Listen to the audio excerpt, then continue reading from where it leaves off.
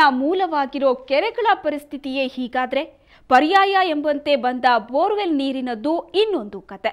ಬರಗಾಲ ಪೀಡಿತ ಗ್ರಾಮಗಳ ಜನರ ಬವಣೆ ಬಹುಶಃ ಕೊನೆಗಾಣುತ್ತೇನೋ. ಹೀಗೆ ಆ ಗ್ರಾಮಸ್ಥರಿಗೆ ಅನ್ನಿಸತೊಡಗಿದ್ದು ಕೆರೆ ನೀರಿಗೆ ಪರ್ಯಾಯವಾಗಿ ಬೋರ್ವೆಲ್ ನೀರು ಬಳಸತೊಡಗಿದಾಗ. ಹೌದು, ಅದೊಂದು ಸಮಸ್ಯೆಯೇ ಕಡೆಗೆ ಎಚ್.ಕೆ. ಪಾಟೀಲರು ಶುದ್ಧ ನೀರಿನ ಘಟಕ ಸ್ಥಾಪಿಸೋಕೆ ಮೂಲವಾಯಿತು. ಅದೇನು ಬನ್ನಿ ನೋಡೋಣ.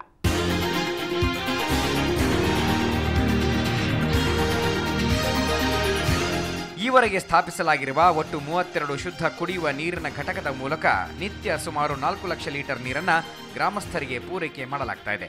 ಒಂದು ಘಟಕ ಸ್ಥಾಪನೆಯ ವೆಚ್ಚ ಸುಮಾರು 4.5 ಲಕ್ಷ ರೂಪಾಯಿ. ಇದು ಹೇಗೆ ಅಂತ ವಿವರಿಸ್ತಾರೆ ಪಾಟೀಲರ ಸಹೋದರರು.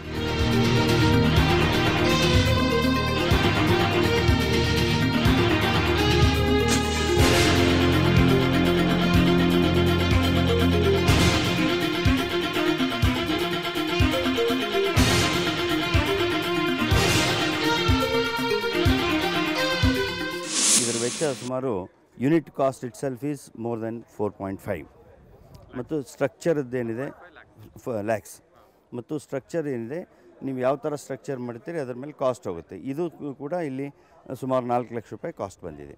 ಅಲ್ಲ, ಘಟಕ ಅಂತೂ ಬರುತ್ತೆ, ಆಮೇಲೆ ಬೋರ್ವೆಲ್ಲಿಂದ ಎಲ್ಲ ಪೈಪ್ಲೈನ್ ಬರುತ್ತೆ ಮತ್ತು ಈ ಸ್ಟ್ರಕ್ಚರ್ ಏನು ನಿರ್ಮಾಣ ಮಾಡಿದ್ದಾರೆ ಒಳಗೆ ಸ್ಪೇಸಸ್ ಆಗಿ ಇದು ಮಾಡೋ ಸಲುವಾಗಿ ಇದೆಲ್ಲ ಸೇರಿ ಆಗುತ್ತೆ ಅಷ್ಟೇ.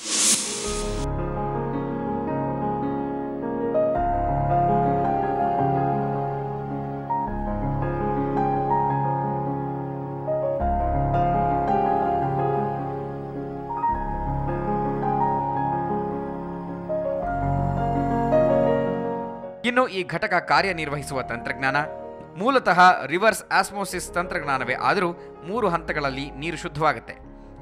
ಬೋರ್ವೆಲ್ ನೀರನ್ನು ಮೊದಲು ಕಾರ್ಬನ್ ಫಿಲ್ಟರ್, ನಂತರ ಸ್ಯಾಂಡ್ ಫಿಲ್ಟರ್ ಹಾಗೂ ಕಡೆಯದಾಗಿ ಸಾಫ್ಟ್ನರ್ ಮೂಲಕ ಶುದ್ಧೀಕರಿಸಿ ಪೂರೈಕೆ ಮಾಡಲಾಗುತ್ತೆ. ಅದು carbon water, sand water, softener ಅಂತೇಳಿ 3 ಸ್ಟೆಪ್ಸ್ ಇದೆ. Carbon, sand, softener. ಅದ್ರ ಮುಖಾಂತರ ಫಿಲ್ಟರ್ ಆಗುತ್ತೆ. ಇದು 3 ಹಂತಗಳಲ್ಲಿ ಇದು ನೀರು ಫಿಲ್ಟರ್ ಆಗುತ್ತೆ. ಸಂಪೂರ್ಣವಾಗಿ ಆಗುತ್ತದೆ.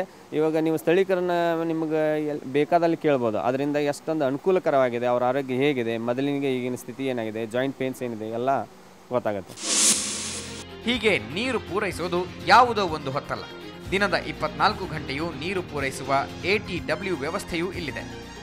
ಶುದ್ಧ ನೀರು ಪೂರೈಕೆ ಹರಸಾಹಸ ಎಂಬ ವಾತಾವರಣವಿರುವ ಕಾಲಘಟ್ಟದಲ್ಲಿ ಹೀಗೆ ಭಗೀರಥ ಪ್ರಯತ್ನದ ಮೂಲಕ ವಿಐಪಿಗಳಿಗೆ ಸೀಮಿತವಾಗಿದ್ದ ಶುದ್ಧ ಕುಡಿಯುವ ನೀರನ್ನು ಹಳ್ಳಿಯ ಜನರಿಗೆ ತಲುಪಿಸುತ್ತಿದ್ದಾರೆ.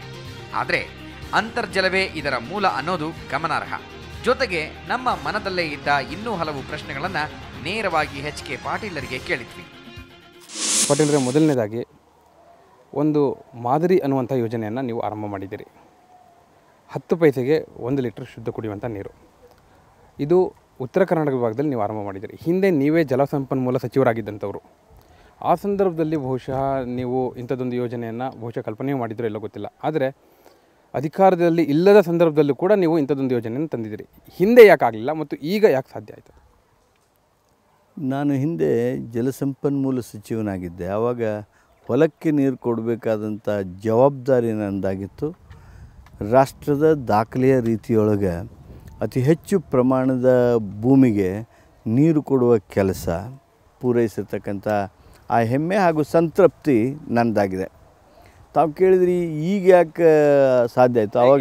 ಆವಾಗ ಈ ಕಲ್ಪನೆ ಇರಲಿಲ್ಲ ಹಾಗೂ ಈ ವಿಚಾರದಲ್ಲಿ ಕೆಲಸಗಳು ಮಾಡಿರಲಿಲ್ಲ. ನಾನು ಈ ಯೋಜನೆಯನ್ನು ಕೈಗೆತ್ತಿಕೊಳ್ತಕ್ಕಂಥ ಸಂದರ್ಭದಲ್ಲಿ ಕಳೆದ 2-3 ವರ್ಷದಲ್ಲಿ ನಮ್ಮ ಭಾಗದಲ್ಲಿ ಏನು ನೀರಿನ ಒಂದು ಅತ್ಯಂತ ಅರಿವಿತ್ತು, ಸಮಸ್ಯೆ ಇತ್ತು. ಆ ಸಮಸ್ಯೆಯನ್ನು ಗಮನದಲ್ಲಿಟ್ಕೊಂಡು ಹೊಸ ಪ್ರಯೋಗ, ಸಂಶೋಧನೆ, ಅಧ್ಯಯನ ಇವುಗಳನ್ನು ಮಾಡ್ತಾ ಹೊಸ ತಂತ್ರಜ್ಞಾನವನ್ನು ಪಡೆದುಕೊಂಡು ಈ ಯೋಜನೆ ಆಗುವ ಹಾಗೆ ಮಾಡಿದ್ದೇವೆ. ದೃಷ್ಟಿಯಿಂದ ನೋಡೋದಾದರೆ ನಾನು ಭವಿಷ್ಯದ ಪ್ರಶ್ನೆಯನ್ನು ಕೂಡ ಎತ್ತಿದೆ. ಈಗ ನೀವು ಕೊಡ್ತಾ ಇದ್ದೀರಿ. ಈಗ give us any one time water ಅನ್ನುವಂಥ ಸಂದರ್ಭದಲ್ಲಿ ನೀವು ಎನಿ ಟೈಮ್ ವಾಟರ್ ಅನ್ನುವಂಥ ಕಾನ್ಸೆಪ್ಟನ್ನು ತಂದಿದ್ದೀರಿ. ನಿಮ್ಮ ಯೋಜನೆ ಕೂಡ ಸಂಪೂರ್ಣ ಅಂತರ್ಜಲದ ಮೇಲೆ ಅವಲಂಬಿತ ಆಗಿರುವಂಥದ್ದು. ಬೋರ್ವೆಲ್ ಇಂದ ನೀರು ತೆಗಿತಾ ಇದ್ದೀರಿ. ಹೀಗೆ ಬಹುಶಃ ಎಷ್ಟು ವರ್ಷದ ತನಕ ಕೊಡ್ಬೋದು. ಅಂತರ್ಜಲಕ್ಕೂ ಕೂಡ ಒಂದು ಈಗಾಗಲೇ ಅಂತರ್ಜಲದ ಕುಸಿತವನ್ನು ನಾವು ನೋಡ್ತಾ ಇದ್ದೀವಿ. ಹೀಗಾಗಿ ಆಲ್ಟರ್ನೇಟಿವ್ ಏನಾದರೂ ಯೋಚನೆ ಮಾಡಿದ್ದೀರಾ? ಹಾಗೆ ಈ ಒಂದು ಬೋರ್ವೆಲ್ನಿಂದಲೇ ನೀವು ಎಷ್ಟು ವರ್ಷ ಕೊಡ್ಬೋದು ಅದ್ರ ಬಗ್ಗೆ? ನಮ್ಮ ದೇಶದಲ್ಲಿ ರಾಜ್ಯದಲ್ಲಿ ಅಂತರ್ಜಲ ಕಡಿಮೆ ಆಗ್ತಾ ಇದೆ, ಇದು ಸತ್ಯ. ಆದರೆ ಈ ಅಂತರ್ಜಲ ಹೆಚ್ಚಿಸೋದಕ್ಕೆ ವಿಶೇಷ ಪ್ರಯತ್ನಗಳನ್ನು ನಾವು ಎಲ್ಲರೂ ಮಾಡಬೇಕಾಗಿದೆ. ಈ ಭಾಗ ಪೂರ್ತಿ ಉತ್ತರ ಕರ್ನಾಟಕದ ಬೆಲ್ಟ್ ಬಹುತೇಕ ನಿಮ್ಮ ಹೋಲ್ಡ್ ಇರುವಂಥ ಪ್ರದೇಶ, ನಿಮಗೆ ಹಿಡಿತಾ ಇರುವಂಥ ಪ್ರದೇಶ. ಎಲ್ಲ ಗ್ರಾಮಗಳು ಕೂಡ ನಿಮಗೆ ಪರಿಚಿತವೇ, ಯಾವುದು ಕೂಡ ಅಪರಿಚಿತ ಅನ್ನೋ ಹಾಗಿಲ್ಲ. ಗ್ರಾಮಸ್ಥರು ಕೂಡ ಗೊತ್ತಿರುವಂಥವ್ರು. ಹೀಗಿದ್ದರೂ ಕೂಡ ಇದಕ್ಕೆ ಒಂದು ಆಂದೋಲನದ ರೂಪ ಯಾಕೆ, ಜನಾಂದೋಲನ ಅನ್ನುವಂಥ ಒಂದು ರೂಪ ಕೊಟ್ಟದ್ದು ಯಾವ ಕಾರಣಕ್ಕಾಗಿ?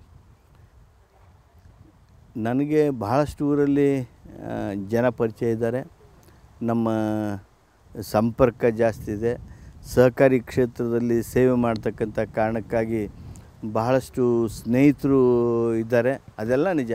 ಆದರೆ ಜನರನ್ನು ಜಾಗೃತಿ ಮಾಡ್ತಕ್ಕಂಥ ಸಂದರ್ಭದಲ್ಲಿ ನಾವು ಒಂದು ಮುಖ್ಯ ವೇದಿಕೆಯನ್ನು ಏರೇನೇ ಹೋಗಬೇಕು. ಈ ಜನಾಂದೋಲನದ ಮುಖಾಂತರನೇ ಜನಜಾಗೃತಿ ಮಾಡೋದಕ್ಕೆ ಸಾಧ್ಯ ಇದೆ, 4 ಜನರನ್ನು ಕೂಡಿಸೋದಕ್ಕೆ ಸಾಧ್ಯ ಇದೆ, ಅವರನ್ನು ಕೆಲಸಕ್ಕೆ ಹಚ್ಚೋದಕ್ಕೆ ಸಾಧ್ಯ ಇದೆ. ಆ ಕೆಲಸವನ್ನು ಈ ಆಂದೋಲನದ ಮುಖಾಂತರ ಮಾಡ್ತಾಯಿದ್ದೀವಿ. ಚುನಾವಣೆಯ ವರ್ಷದಲ್ಲಿ ನಾವಿದ್ದೇವೆ, ಈ ಯೋಜನೆ ಕೂಡ ಅದಕ್ಕೆ ಪೂರಕ ಆಗ್ಬೋದು ಅಂತೀರಾ? ಇಲ್ಲ ಅಂತೀರಾ?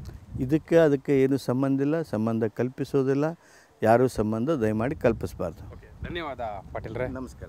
Thank you. ಇದು ಕೆ ಪಾಟೀಲ್ರ ಮಾತು ಬಹಳ ಸ್ಪಷ್ಟವಾಗಿ ಹೇಳ್ತಿದ್ದಾರೆ. ಇದರಲ್ಲಿ ಯಾವುದೇ ರಾಜಕೀಯ ಉದ್ದೇಶವಾಗಲಿ ಅಥವಾ ಕಣ್ಣೆದುರಿಗೆ ಚುನಾವಣೆ ಇದೆ ಅನ್ನುವಂಥ ಕಾರಣ ಆಗಲಿ ಇಲ್ಲ. ಉತ್ತರ ಕರ್ನಾಟಕದಲ್ಲಿ ನಿಜಕ್ಕೂ ಕೂಡ ನೀರಿನ ಸಮಸ್ಯೆ ಇದೆ, ಜನ ನೀರಿಗಾಗಿ ಎಷ್ಟರ ಮಟ್ಟಿಗೆ ಪರದಾಡ್ತಾ ಇದ್ದಾರೆ ಅನ್ನೋದನ್ನು ನಾವು ಕಣ್ಣಾರೆ ಕಂಡಿದ್ದೇವೆ. ಆ ಹಿನ್ನೆಲೆಯಲ್ಲಿಯೇ ಇಂಥದ್ದೊಂದು ಯೋಜನೆಯನ್ನು ಜಾರಿಗೊಳಿಸಿದ್ದೇವೆ. ರಾಜ್ಯ ಸರ್ಕಾರ ಕೂಡ ತನ್ನ ಕಣ್ಣನ್ನು ತೆರೆಯಬೇಕು, ಜನರ ನೆರವಿಗೆ ಮುಂದಾಗಬೇಕು. ಆ ಹಿನ್ನೆಲೆಯಲ್ಲೇ ನಾವು ನಮ್ಮ ಯೋಜನೆಯನ್ನು ಕೂಡ ಅನುಷ್ಠಾನ ಮಾಡ್ತಿದ್ದೇವೆ ಅನ್ನೋದು ಪಾಟೀಲ್ರ ಮಾತು.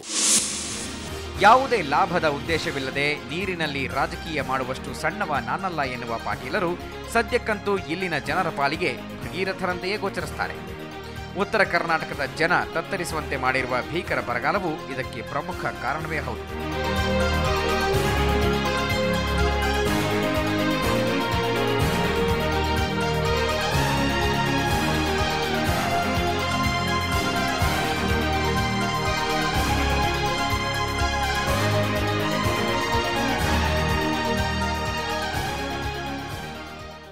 ಶುದ್ಧ ಕುಡಿಯೋ ನೀರಿನ ಘಟಕದ ಡಬ್ಬಿಗೆ 2 ರೂಪಾಯಿ ನಾಣ್ಯ ಹಾಕಿ 20 ಲೀಟರ್ ಶುದ್ಧ ನೀರು ಪಡೆದ ಜನ ಸಂತುಷ್ಟರಾಗಿದ್ದಾರೆ, ನಿಜ. ಆದರೆ ಇದರ ಹಿಂದಿರೋ ಶ್ರಮ ಎಂಥದ್ದು? ಈ ಘಟಕ ಸ್ಥಾಪನೆಗೆ ಎಷ್ಟು ಖರ್ಚಾಗುತ್ತೆ, ಹೇಗೆ ಕಾರ್ಯನಿರ್ವಹಿಸುತ್ತೆ, ಒಟ್ಟಾರೆ ಈ ಜನಾಂದೋಲನದ ಬಗ್ಗೆ ಪಾಟೀಲ್ರು ಏನಂತಾರೆ, ಎಲ್ಲವನ್ನ ಹೇಳ್ತೀವಿ ಒಂದು ಪುಟ್ಟ ಬ್ರೇಕ್ನ ನಂತರ.